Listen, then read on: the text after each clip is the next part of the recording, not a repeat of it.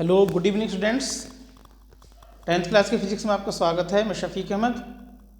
हम आपको समझा रहे थे विद्युत धारा का चुंबकीय प्रभाव, जिसके अंतर्गत ये आखिरी टॉपिक आ रहा है। ये इस चैप्टर का हमने कहा था आपसे चैप्टर इम्पोर्टेंट है 10th क्लास के बोर्ड के हिसाब से।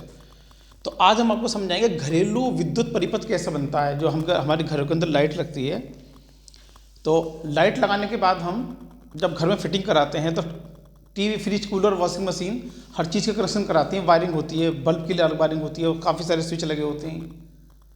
हर एक उपकरण के लिए हर एक अलग अलग स्विच होता है। तो जब इसकी स्विच की वायरिंग करते हैं तो किस तरह से करते हैं, इसकी वायरिंग कनेक्शन किस तरह से करते हैं, आज हम आपको घरेलू वायरिंग करना सिखाएंगे। 10th क्लास में ये अक्सर आता है 4 नंबर में या 6 नंबर में, क्योंकि लॉन्ग क्वेश्चन तो उसमें से कम हो चुके हैं। लॉन्ग क्वेश्चन लेकिन आएगा अब भी, जो आते थे वो तो हट आएंगे नहीं, विद्युत जनरेटर वगैरह।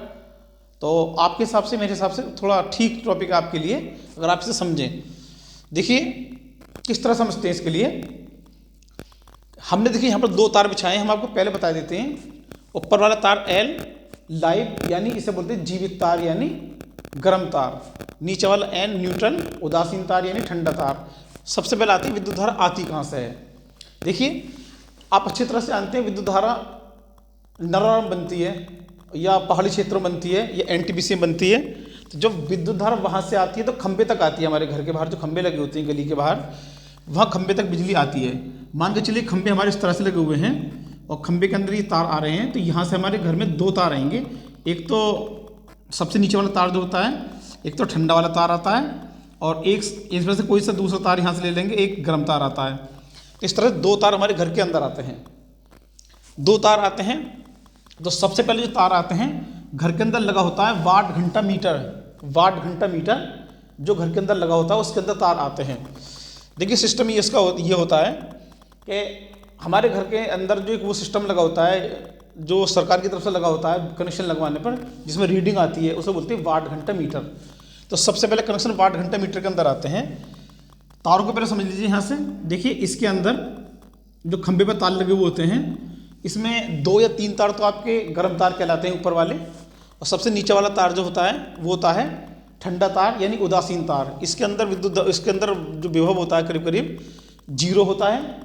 और जो बड़े तार जो गर्म तार होते हैं, गर्म तार को हम जीवित तार भी कहते हैं। तो इसके अंदर जो विद्युत धारा मतलब विभव जो होता है, इसका करीब 220 वोल्ट से लेकर 250 वोल्ट तक इसके अंदर विद्युत धारा का विभव हमारे यहाँ जो तार विभव आता है इस तरह से आता है। जब घर के अंदर लाइट आती है तो लाइट आने से हम इसको किस तरह से चालू करते हैं। देखिए सबसे पहले वाट घंटे मीटर के अंदर लाइट आएगी, तो इसके अंदर 2 स्विच होती हैं, इन और आउट। इन यानी इनपुट, आउट यानी आउटपुट। तो इनपुट के अंदर हम इन दोनों तारों को लगा देते हैं। एक गर्म तार होता है और एक ठंडा तार होता है। ठंडे वाले तार को लगाते हैं, इसका अंदर सिस्टम बना हुआ होता है। उसके बाद में 2 तार यहाँ से बाहर निकल के जाते हैं, जिसे कहते हैं आउटपुट और इनपुट। एक आउट होता है और एक इन होता है, यानी 2 तार यहाँ से बाहर निकल के जाती हैं। जो अंदर आती हैं उसे तो हम इनपुट बोलते हैं, और जो बाहर जाते हैं उसे हम आउटपुट बोलते हैं। और जब ये तार यहाँ से निकल कर आते हैं तो इन तारों का संबंध होता है घर के अंदर मेन स्विच से।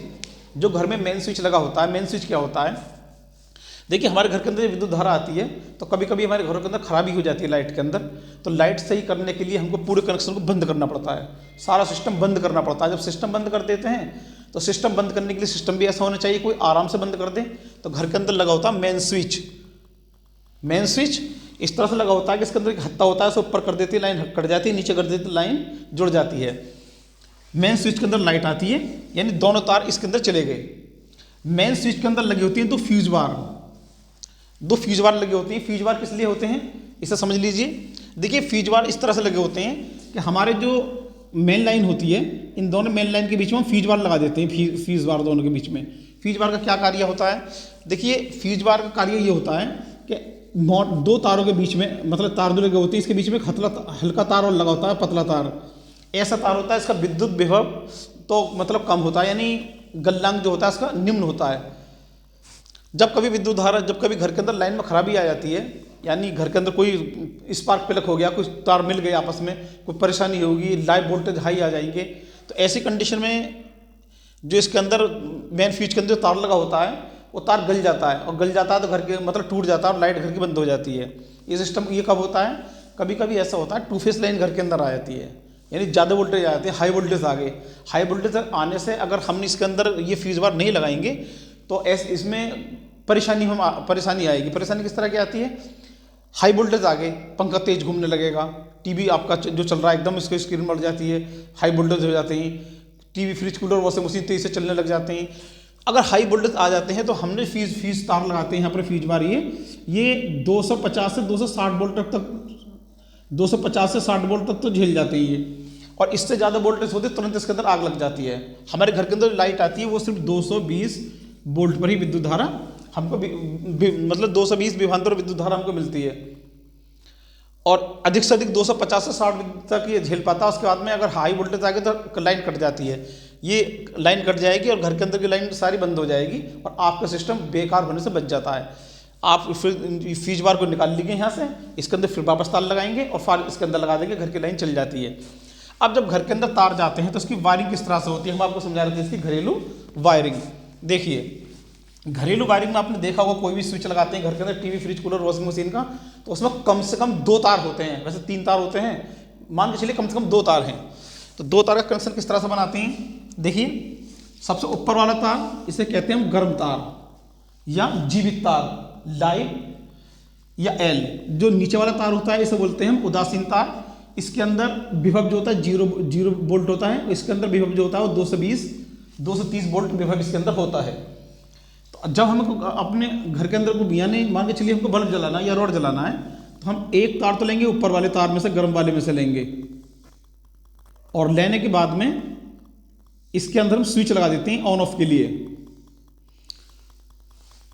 ऑन ऑफ के स्विच को इस तरह प्रदर्शित करते हैं, इस तरह मिलाने के बाद में इस तरह से प्रदर्शित करते हैं, यानी ये आपका ऑन ऑफ का स्विच हो गया, इस पर कनेक्शन जुड़ेगा, लाइन जल जाएगी, कनेक्शन हटेगा, लाइन हट जाएगी। जो स्विच होते हैं ऑन ऑफ करने वाले इस तरह शो करते हैं। यहां से जाने के बाद में इसको मान के चलिए हम बल्ब लगाना है अपना, जो घर के अंदर बल्ब लगा हुआ है, बल्ब के अंदर इसके सिस्टम देना चाहते हैं, विद्युत धारा देना चाहते हैं, बल्ब लगाना चाहते हैं यहाँ पर।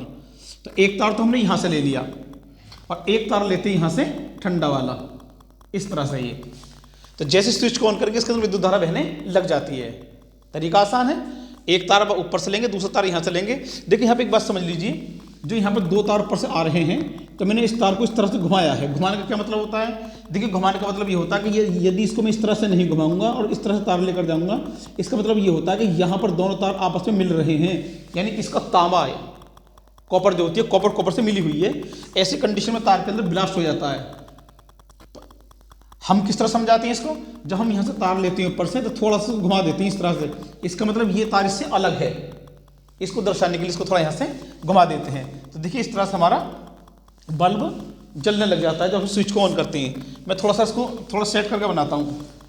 इसके बाद में देखिए आपको बनाना है अपना प्लग पॉइंट, जो घर के अंदर प्लग पॉइंट होता है, सब अपना मोबाइल वगैरह चार्ज करते हैं, टीवी चलाते हैं और भी बहुत से उपकरण चलाते हैं। आपको किस तरह बनाना होगा, वही तरीका अपनाइए। पहले आप यहाँ से एक तार ले लीजिए, नीचे को इस तरह से, इसमें लगा देंगे आप यहाँ पर एक स्विच लगा देंगे, इस पर नाम लिख देंगे, इसे तो बोलते हैं स्विच। ये होता है बल्ब, ये बल्ब होता है। तो स्विच लगाते हैं। स्विच बनाने का तरीका वही होता है जो हमने यहाँ पर यूज़ किया था अभी। इस तरह से दिखा देंगे, इसके लिए इसको अलग कर देंगे फिलहाल। तो जब स्विच ऑन करेंगे तो विद्युत धारा इसके अंदर बहने लग जाती है, और यहाँ पर आप अपना प्लग बोर्ड दिखा देंगे जिसके अंदर आपको विद्युत धारा, मतलब आपके घर में स्विच लगे होते हैं, प्लग जो लगे होते हैं इस तरह से, ये इसके अंदर आप बना के दिखा देंगे यहाँ पर, और एक तार लगाएंगे इसके अंदर आप यहाँ से।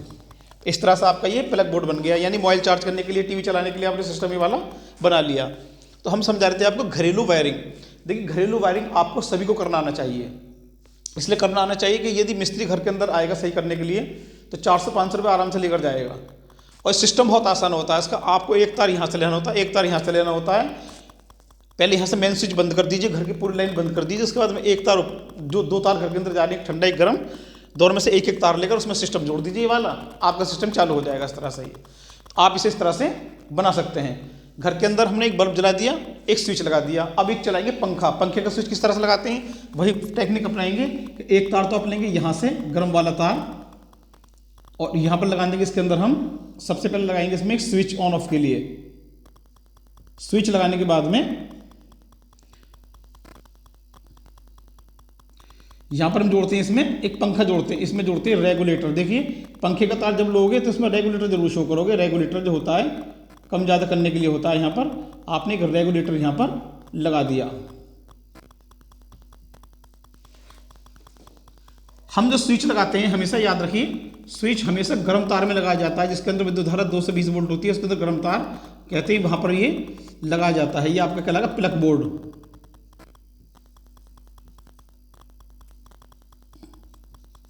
प्लग बोर्ड ये आपका स्विच कहलाएगा, ये वाला।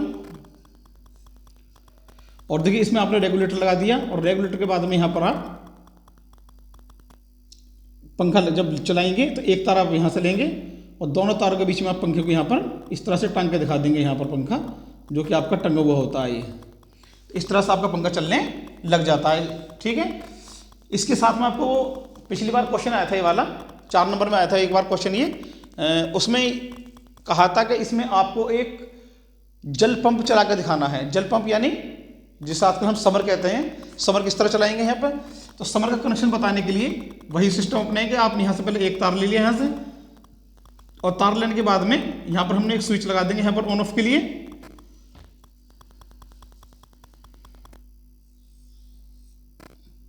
इस स्विच लगा देंगे, और स्विच लगाने के बाद में यहाँ पर हम लगाते हैं इसमें एक जो अलग से आता है इसके साथ में, जिसके अंदर जो समर के साथ में आता है, और इसमें इसका एक ठंडा तार इसमें दे देंगे। यहाँ से 2 तार निकलते हैं। अब 2 तार निकलते हैं तो जब समर का नीचे बोरिंग किया जाता है तो ये 2 तार यहाँ से निकलकर बोरिंग के साथ में नीचे की ओर चले जाते हैं। यहाँ से 2 तार निकल के इसके अंदर की ओर चले जाते हैं। तो जिस वक्त चलता है तो यहाँ से पानी बाहर निकलने लग जाता है। तो इसमें कहा था आप इसे वाटर पंप बना के दिखाइए। तो वाटर पंप का कनेक्शन जो आपको करना होगा इस तरह से आप करके दिखाएंगे। वाटर पंप से आप क्या देंगे, लिख देंगे यहाँ पर वाटर पंप। तो अगर आपको किसी भी चीज को जोड़ना हो तो आप इस तरह से जोड़ सकते हैं। यानी आप एक तार तो ठंडा लेंगे और एक तार गर्म वाला लेंगे। और देखो ये जो मैंने सर्किट बनाया है, आप इसे कितना लंबा कर लीजिए। पूरे घर के अंदर आप 2 लाइन की तार बिछा दीजिए। आपको इतना याद रखना है कि जो आपके घर का स्विच है, एक तार तो स्विच में से निकल कर जाएगा, ऊपर वाला तार यहाँ जाएगा स्विच में से निकल कर, और एक तार आप ठंडा वाला वहीं ऊपर से ऊपर लगा देंगे, नीचे लाने की जरूरत भी नहीं है उसको। ठीक है ना। तो ऐसी कंडीशन में आपका पूरा सिस्टम चलता रहेगा। आप इसे एक बार समझ लीजिए फिर से। आप एक तार गर्म वाला लेंगे, गर्म वाला तार जो होता है यानी लाल वाला तार जो होता है उसे हमेशा स्विच के अंदर लगाते हैं। ठंडा वाला तार नहीं लगाते, हमेशा गर्म वाला तार लगाते हैं ऑन ऑफ करने के लिए। देखिए हम जो इसमें 2 तार लगाते हैं, गर्म एक ठंडा।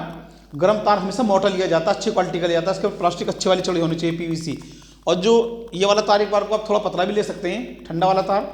लेकिन जो आप लाल वाला तार लगाएंगे यानी गर्म वाला तार लगाएंगे वो हमेशा मोटी क्वालिटी का लगाएंगे, अच्छा वाला तार लगाएंगे, जिससे आपके घर के अंदर विद्युत धारा कभी भी खराब ना हो। एक बात और याद रखिएगा, जब भी कभी घर में लाइन लगानी हो तो ऐसा तार लगाइए इसके अंदर तांबे के तार ज़्यादा लगे हों, मोटे लगे हों, ज़्यादा लगे हों। जितना तार मोटा होता है, जितना तारों की संख्या ज़्यादा होती है, विद्युत धारा उतनी अच्छी आती है। ठीक है। तो ये रहा हमारा सिस्टम, यहाँ तक का सिस्टम हमारा ये रहा। इसके बाद में एक सिस्टम और आता है इसके अंदर, भू संपर्कन। भू संपर्कन क्या होता है ये देखिए, ये भी इसी का टॉपिक होता है। भू संपर्कन समझ लीजिए। देखिए हमारे घर में आपने देखा होगा, अपने घर के अंदर स्विच लगे होते हैं, जो ये प्लग बोर्ड लगा होता है। प्लग बोर्ड के अंदर प्लग जो लगाते हैं उसके अंदर 3 पिन होती हैं। आपने हमेशा देखा होगा 2 पिन का तो यूज़ हम करते हैं, पर तीसरी पिन का यूज़ नहीं जानते, करते भी नहीं है, जानते भी नहीं है। तीसरी पिन का यूज जो होता है सबसे अच्छा होता है, सबसे बेहतरीन माना जाता है। क्या यूज होता है इसका, देखिए कभी कभी हमारे घर में घटना घट जाती है। ये घरों के अंदर वायरिंग लगी होती है, बच्चे छोटे छोटे होते हैं, पता नहीं होता। जो घर के अंदर अक्सर महिलाएं होती हैं उसकी जानकारी नहीं होती है। कभी कभी करंट उतर आता है हमारे उपकरण के ऊपर। फ्रिज है, वॉशिंग मशीन है, कूलर है, कूलर के ऊपर करंट सबसे ज़्यादा उतरता है। एक प्रेस के ऊपर करंट बहुत ज़्यादा उतरता है। तो प्रेस पर करंट आ गया, कूलर के ऊपर करंट आ गया, और किसी बच्चे ने उसको छू लिया या किसी ने भी छू लिया तो ऐसी कंडीशन में उसको पकड़ लेता है और बहुत तगड़ा झटका लगता है, जिसके कारण जान भी जा सकती है। तो इस प्रॉब्लम को दूर करने का सबसे अच्छा सिस्टम ये होता है, जब भी कभी अपने घर के अंदर वायरिंग लगाओगे, तुम अपने घर के अंदर कनेक्शन करवाओगे या तो इस वाले सिस्टम को जरूर करवाना। कैसे करवाते हैं भू संपर्कन के अंदर हम, देखिए आप इस तरह समझ लीजिए कि हमारे घर के अंदर जो सिस्टम आता है वाला, प्लग में 3 पिन लगी होती हैं हमेशा, 3 इस तरह की। जो सॉकेट होता है उसके अंदर 3 पिन लगी होती है। एक बड़ी वाली पिन मोटी होती है, छोटी मतलब बड़ी वाली पिन, जो दूसरा ऊपर वाली पिन जो होती है मोटी वाली होती है, और नीचे वाली पिन थोड़ी छोटी होती है। इस तरह समझ लीजिए। इसलिए आप, जैसे मैं यहाँ पर बना कर दिखा रहा हूँ आपको, ये एक तो मोटी पिन होती है और दो आपकी पतली पिन होती है। तो पतली पिन का यूज़ तो आप अच्छी तरह जानते हैं। तो अगर घर के अंदर करंट उतर गया, करंट उतर आता है किसी वजह से, हमारे घर के TV, fridge, cooler, washing machine के ऊपर करंट उतर आता है, तो वो झटके मारता है, इससे इंसान की जान का खतरा होता है।